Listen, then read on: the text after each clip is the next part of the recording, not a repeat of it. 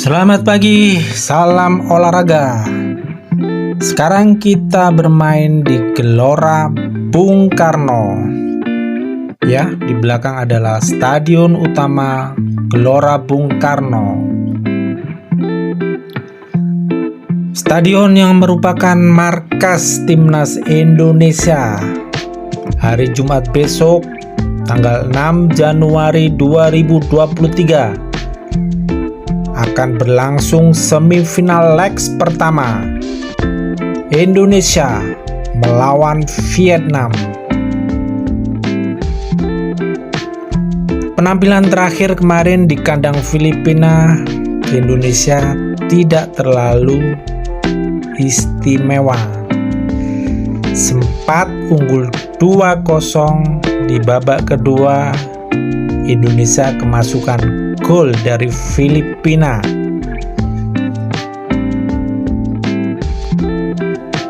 Sedangkan Vietnam berhasil mengalahkan Myanmar 3-0 sehingga mereka menjadi juara grup.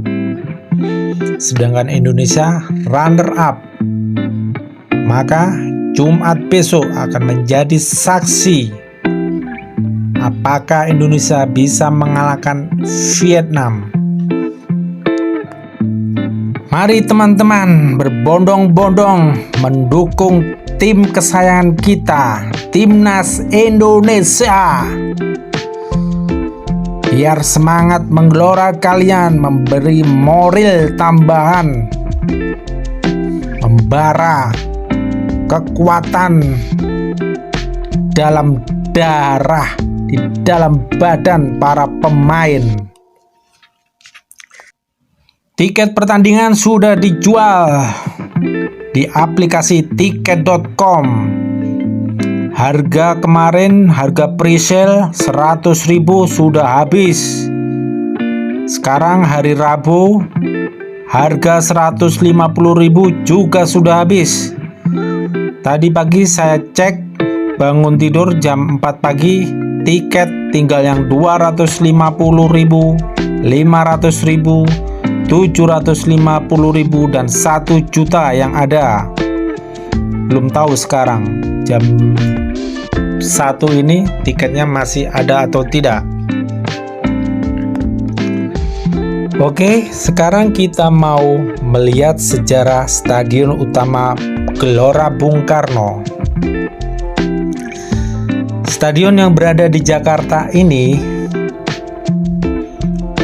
dinamai untuk menghormati Bapak Soekarno, Presiden Republik Indonesia pertama, yang merupakan tokoh yang mencetuskan gagasan pembangunan kompleks olahraga ini. Pada masa Orde Baru Presiden Soeharto, stadion ini dirubah menjadi Stadion Utama Senayan melalui keputusan Presiden nomor 4 tahun 1984. Setelah bergulirnya gelombang reformasi pada tahun 1998, stadion ini dikembalikan kepada namanya semula, yaitu Stadion Utama Gelora Bung Karno. Berdasarkan surat keputusan Presiden nomor 7 tahun 2001. Kapasitas Stadion Gelora Bung Karno pada tahun 1962 sampai 2007 berkapasitas 110.000. Kemudian ditingkatkan lagi.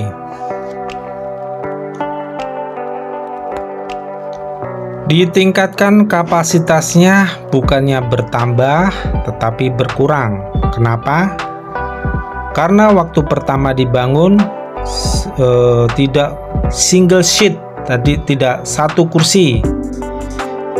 Jadi tahun 1962 kapasitas 110.000.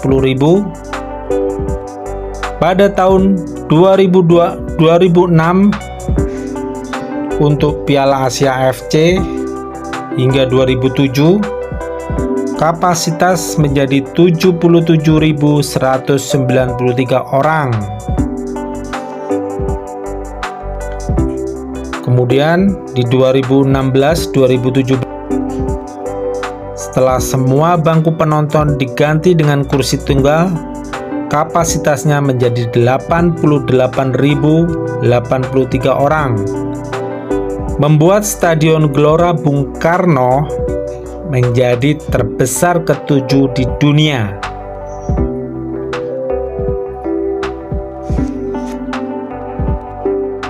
Akan kita ceritakan bagaimana sejarah pembuatan gedung yang megah ini. Jadi konstruksi dimulai pada 8 Februari 1960 dan selesai pada 21 Juli 1962 untuk menjadi tuan rumah Pesta Olahraga Asia. Pembangunan stadion ini didanai dengan kredit lunak dari Rusia yang dulunya bernama Uni Soviet sebesar 12,5 juta dolar yang kepastiannya diperoleh pada tanggal 23 Desember 1958.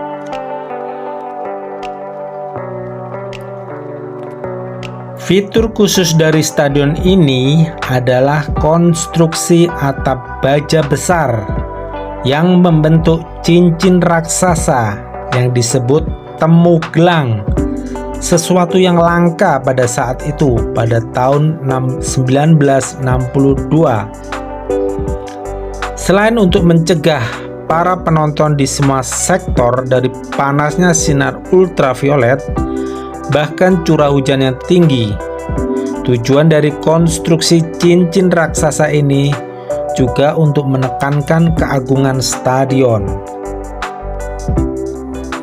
Tiap hari stadion ini bisa dipakai olahraga lari, jadi dibuka untuk umum, tapi nggak bisa masuk ke bagian dalam, cuma di bagian luar.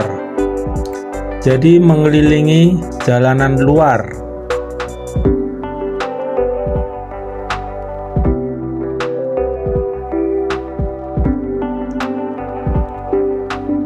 Banyak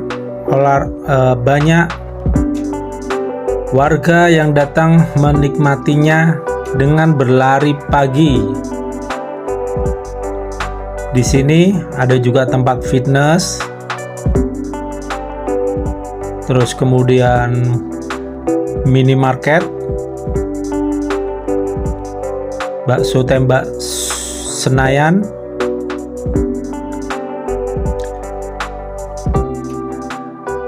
minuman kopi kekinian, Starbucks juga ada.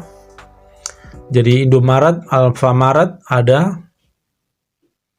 Terus juga tadi bisa dilihat dari video tempat beli apparel Timnas Indonesia.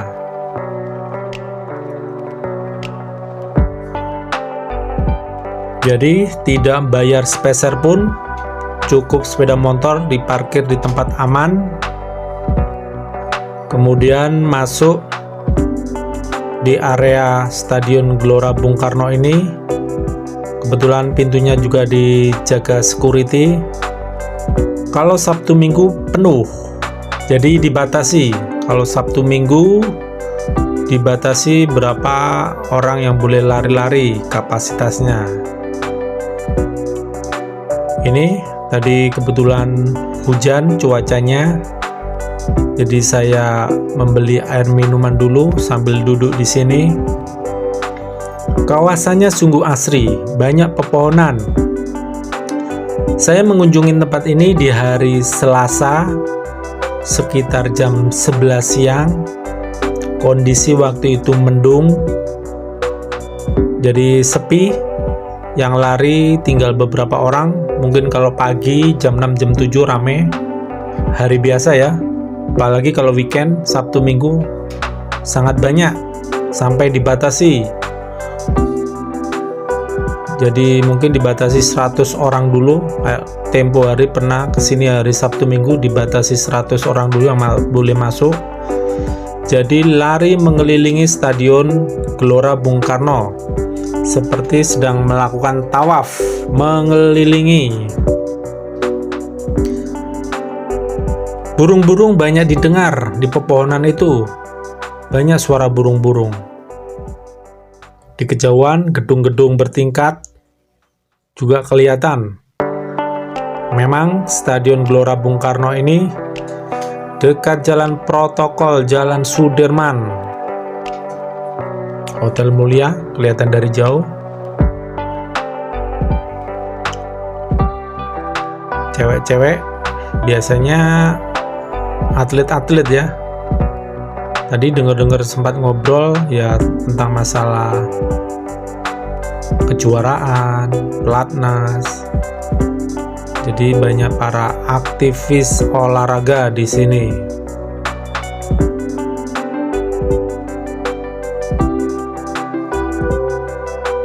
Kembali lagi di hari Jumat besok. 2 hari lagi, sekarang hari Rabu. Semifinal Piala AFF 2022 ini ternyata sama persis seperti 22 tahun yang lalu, yaitu saat semifinal Piala AFF 2000. Saat itu semifinal mempertemukan Vietnam dengan Indonesia dan Thailand dengan Malaysia. Pada semifinal Piala AFF 2000, Indonesia berhasil mengalahkan Vietnam lewat babak tambahan dengan skor 3-2 dan melaju ke final pada saat itu. Dalam pertandingan yang digelar di Stadion Maidin pada 16 November 2000 itu, Indonesia menang atas Vietnam lewat 2 gol gendut Doni Kristawan pada menit ke-39 dan 120, serta gol Seto Nurdiantoro pada menit ke-75. Akankah besok Jumat Indonesia bisa mengulangi sukses tersebut dengan menyingkirkan Vietnam di semifinal Piala AFF 2022 pada leg pertama? Ayo kawan-kawan, saksikan, berbondong-bondong, dukung tim merah putih berjaya. Indonesia bisa! Timnas Indonesia tahun ini dilatih oleh pelatih tim Piala Dunia Korea Selatan. Pelatih bernama Shin Tae-yong ini sangat menarik, memiliki berbagai macam wejangan yang diberikan kepada anak asuhnya setiap bertanding. Ada satu wejangan yang selalu diucapkan oleh Shin Tae-yong, yaitu meminta pada para pemain memaksimalkan peluang yang tercipta. Setiap ada kesempatan cetak gol, ia mau para penggawa skuad Garuda untuk benar-benar memasukkan bola ke gawang lawan. Akan tetapi, kenyataannya timnas Indonesia memiliki finishing yang buruk di piala ini. Melihat statistik, sejatinya skuad Garuda merupakan tim kedua dengan jumlah gol terbanyak di fase grup Piala AFF dengan mencetak 12 gol dari 4 laga yang dimainkan. Namun, bila melihat peluang yang diciptakan timnas Indonesia, maka Shin Tae-yong merasa pasukannya bisa mencetak lebih banyak gol. Ada begitu banyak peluang emas yang disia-siakan begitu saja oleh Egy Maulana Fikri dan kawan-kawan. Timnas Indonesia harus memanfaatkan leg pertama ini untuk menang. Sebab leg kedua akan dihelat di kandang Vietnam yang berlangsung pada Senin 9 Januari 2023. Bila pada leg pertama ini kita bisa menang, leg kedua cukup seri, kita bisa melaju ke final. Pelatih Vietnam Park Hang-seo yang merupakan pelatih asal Korea Selatan mengakui bahwa timnas Indonesia adalah lawan yang tangguh untuk timnya. Di mata Park Hang-seo, skuad Garuda kini telah banyak berkembang, baik dari segi fisik maupun taktik. Tahun lalu Indonesia masuk final Piala AFF. Belakangan ini banyak perubahan yang mereka alami, kata Park Hang-seo. Indonesia memiliki banyak pemain naturalisasi yang bagus.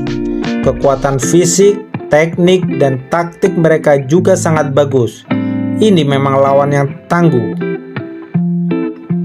Demikian kata pelatih Park Hang-seo.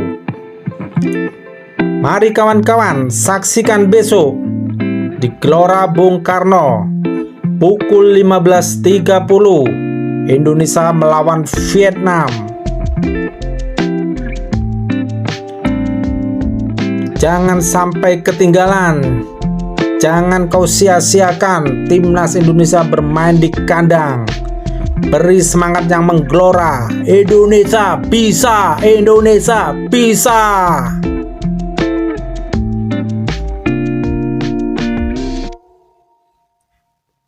Demikian yang bisa saya sampaikan di sini. Semoga video ini memberikan semangat, memompa adrenalin masyarakat Indonesia untuk berduyun-duyun, berbondong-bondong,